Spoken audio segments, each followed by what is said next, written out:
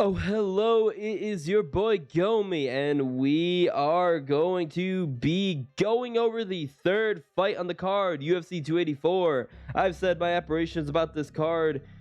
It's not that good of a card, to be honest with you. It really falls off after the first three fights. But a lot of people are only looking at the main event and co-main event. But low-key, one of the fights I'm most excited for, the most is going to be the main event, but the second fight I'm most excited for is this banger of a third fight or featured fight. That would be the welterweight showdown between Jack Della Madddalena and Randy Brown. This is a fight. Also, peep the new background. This is going to be for standard fights. I have blue kind of shading for the blue corner and then red shading for whoever's in the red corner. I like it. This is going to be a very good fight. A lot of people are not paying attention to that because they don't know Jack Della Madddalena. They don't know Randy Brown. They don't know that these guys are going to throw down. Oh my God. Per example, something most people don't know about the boy Jack Della Madddalena. He only made his UFC debut in 2022. He won the Dana White Contender Series against Andre Lusa at the end of 2021. He's had 3 fights in the UFC. 3 fights in UFC. Do you notice something with him? We'll go over them in a second. So, Jack Della Madddalena, 26 years of age, 13 wins, 2 losses, 11 knockouts, 1 submission.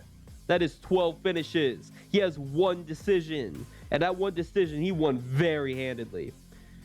He's 5'11 in height. He's going to be switch stance. A beautiful switch stance fighter overall, I'd like to mention. 73-inch reach disadvantage. A horrible disadvantage in reach. 0 takedown average. My boy does not like to go to the ground. 51.56% significant strike accuracy. A negative 310 favorite. Now that, as high as I am on him, that's a little bit egregious.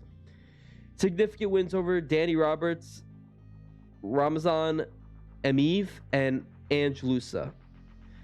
Not great wins, to be honest with you. Not a lot of these guys are really well known. They're not really big on the circuit. Like Danny Roberts, 18-7. Oh my God, he has the worst name ever of all time. What the heck is hot chocolate? Why?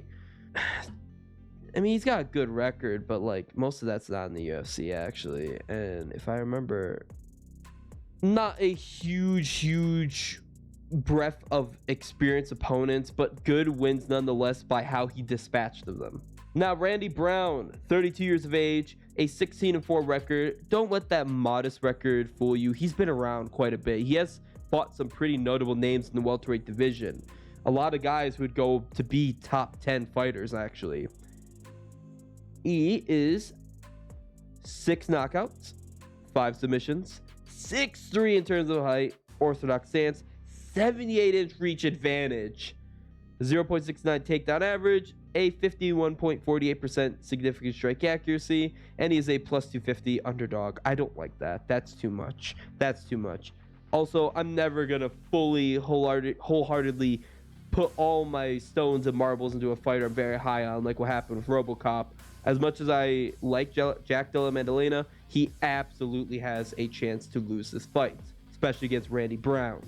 Randy Brown has significant wins over Francisco Trinaldo, Chaos Williams, which a fight I saw live, Cowboy Oliveira, and Brian Barberena. Now, his wins are definitely better on Randy Brown's side, but going back to Jack Della Madddalena, the thing that I don't know if you notice about this, but yeah, he had 3 fights in 2020. Each one was a round 1 finish, a round 1 knockout. Jack Della Madddalena's boxing is crisp, is beautiful, it is brutal. He will go to the head, he will go to the body, he rips to the body, absolutely brutal body shots. He can take these people out, he goes for the liver, and he has a very good grappling defense, I've noticed. Not many people have tried to take him down, to be perfectly honest with you. I don't think they even have that as like a record here. No, they don't. In fact, they don't have any of his record here on the UFC site or his stats. That's disappointing. But he doesn't get, not many people try to take him down. They try to stand with him and he just obliterates them in the standing department. He's also very good at checking kicks. He checks kicks very well. That's something I really like, and that's a big game for Randy Brown, is poking fighters at the body. Randy Brown does a good job of using his range and using his reach, and he's able to hit people from distance. He's able to hit people to the leg quite a bit. But Jack Della Madddalena, I feel, will neutralize that because he has a very good boxing heavy stance that he's able to switch on the fly. So he'll be able to check those kicks no matter where it's coming from.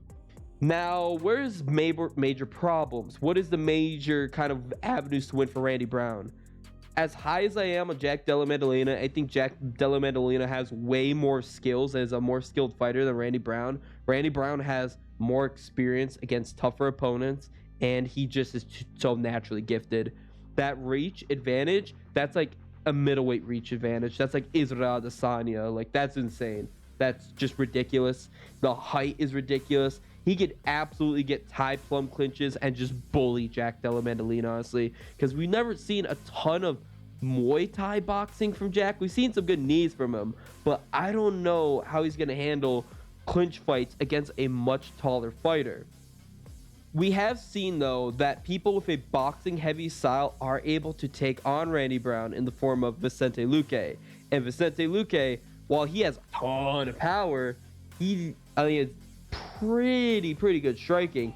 He doesn't, I feel, have the same boxing acumen, strict boxing, that Jack Della Madddalena has, and he does not have the same defense that JDM has. JDM has way better defense than Vicente Luque, and Vicente Luque was able to take out Randy Brown. No, it wasn't that long ago, 2020. He is able to knock him out. So Randy Brown is susceptible to getting knocked out, though the one thing about Jack Della Madddalena is he is susceptible to getting submitted. Again, we've seen him do very well against wrestlers, but Randy Brown, I could absolutely see with those long limbs, he could snatch an arm, he could get a rear naked choke, he can be a problem. Honestly, a standing guillotine going from a clinch position is an absolute possibility that Randy Brown could throw out there, and that's just the main problem. Jack Della Madddalena, he has a tall order to deal with.